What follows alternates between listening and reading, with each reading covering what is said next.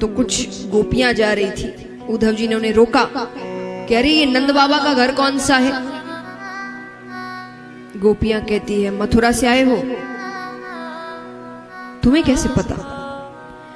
गोपियां कहती है मथुरा वासी ही पूछते हैं, वरना ब्रज में तो हर किसी को पता है कि नंद बाबा का घर कौन सा है। कौन नहीं जानेगा कि कृष्ण किस घर में रहता था।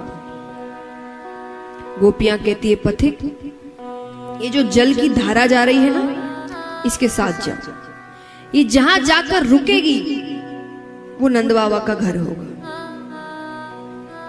और इस जल को साधारण जल मत समझना, ये जब से तुम मथुरावासी कृष्ण को लेकर गए हो ना, तब से नंद बाबा और यशोदा मैया के जो अश्रु जल बह रहे हैं, ये वो जल है। इतना रोए हैं वो, इतना रोए हैं।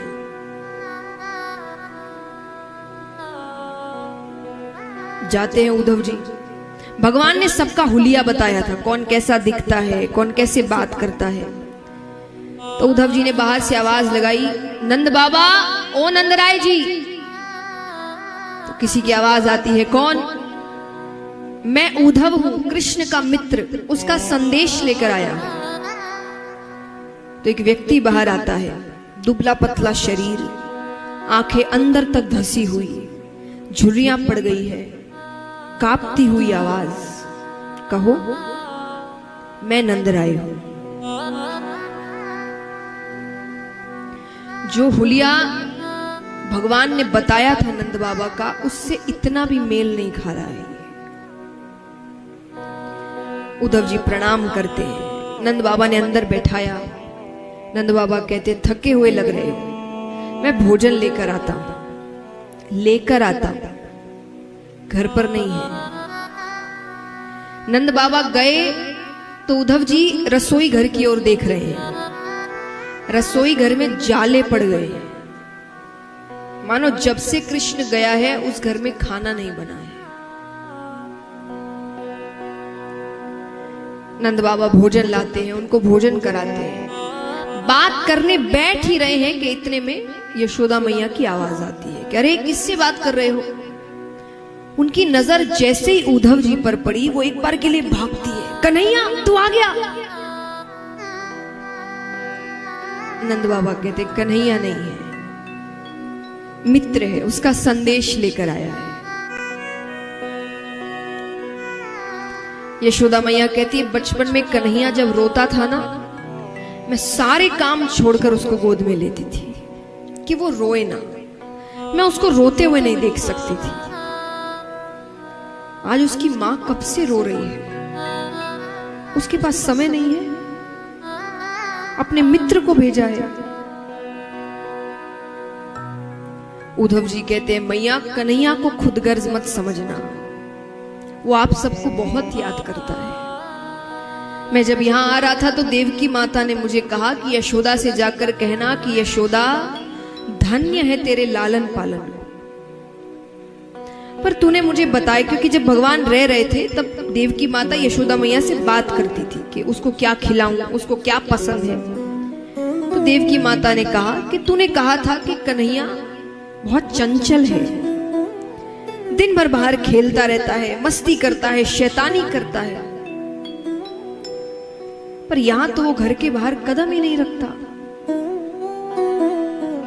शैतानी करना दूर, मैंने उसको आज तक मुस्कुराते हुए नहीं देखा। देवकी माता कहती है, तुमने कहा था कि वो खाने पीने का बड़ा शौकीन है, उसको तुम दिन में 8 बार भोजन कराती हो। मैंने एक दिन उसकी थाली में गौ रस से बनी एक मिठाई रखी, जो कन्हैया थाली को हाथ जोड़कर बैठता था, उस दिन थाली छोड़कर चला गया। क्यों? वो जाकर कहता है, उद्धव देव की माता से कहना मेरी थाली में गौ रस से बनी कोई चीज ना रखे, मुझे यशोदा मैया की याद आती है, मुझे मेरे ब्रज की याद आती है। यशोदा मैया इससे ज्यादा सुन ही नहीं पाई, मूर्छा को प्राप्त हो गई। नंद बाबा उनको उठाकर दूसरे कमरे में सुलाते हैं। नंद बाबा कहते, ये इतनी ही देर आराम करती है जब तक बेहोश रहती है। वरना पागलों की तरह ब्रज में घूमती है। हमारा कन्हैया चोरी करता था ना, तो हर घर में जाकर कहती है कि कन्हैया चोरी करने आया क्या, तुमने बांध के रखा है ना उसे, अरे उसको लौटा दो, मैं किसी का नुकसान नहीं करने दूंगी, उसको वापस कर दो। वृक्षों से कहती है तुमने कन्हैया को देखा क्या, अरे वो कहां चला गया है। गोवर्धन पर्वत से प्रार्थना करती है, तुम्हें तो बहुत मानता था वो, अरे वो कहीं दिखे तो उससे कहना कि उसकी मां उसको बहुत याद करती है। उद्धव जी को अपना काम याद आता है। उद्धव जी कहते बाबा आप सौभाग्यशाली है कि कृष्ण ने आपके यहां जन्म लिया, पर वो किसी का पुत्र नहीं है, वो परम पिता परमेश्वर है, वो किसी का बेटा नहीं है। नंद बाबा कहते मैंने तो तुम्हें कोई बहुत समझदार बालक समझा था, अरे तुम तो बड़े साधारण से निकले। क्या कहा? वो किसी का बेटा नहीं है, वो भगवान है। अरे भगवान के एक लक्षण नहीं है उसमें।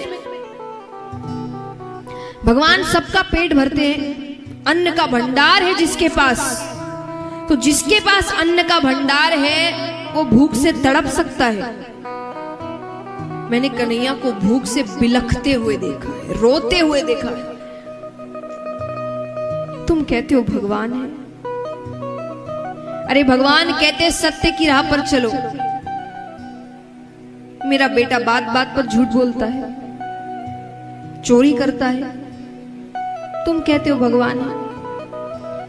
और चलो मान लिया मुझसे गलती हुई कि मैंने उसको बेटा कह दिया, पर क्या भगवान से कभी गलती हो सकती है?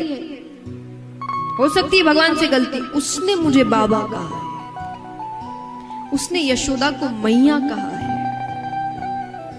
कोई उससे अगर कह देता कि तू इनका छोरा नहीं है तो वो गुस्सा हो जाता। वो यशोदा से आकर कहता कि मैया कह दे जा मरी से कि मैं तेरो छोरो। तुम कहते हो भगवान नहीं। और अंत में नंद बाबा ने ऐसी बात कह दी जिसके बाद उद्धव जी को कुछ सूझ ही नहीं रहा बोलना।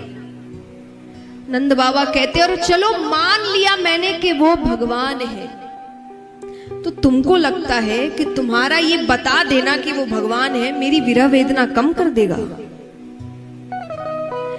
अरे आज तक तो मुझे लग रहा था कि मेरे बेटे ने मुझे छोड़ दिया, बहुतों के छोड़ देते, पर भगवान तो है। जब हर कोई छोड़ देता है तब कौन साथ देता है? भगवान। मैं उसके भरोसे जी रहा था, पर तुमने क्या बोल दिया? तुम्हारे हिसाब से भगवान मेरा घर छोड़कर चले गए, तो अब किसके सहारे रहूं? ज्ञानी से ज्ञानी भी आपको यही समझाता है कि दुनिया में हर कोई साथ छोड़ सकता है, लेकिन भगवान साथ नहीं छोड़ते। लेकिन अगर उद्धव जी की बात माने तो नंद बाबा का घर तो भगवान ही छोड़कर चले गए।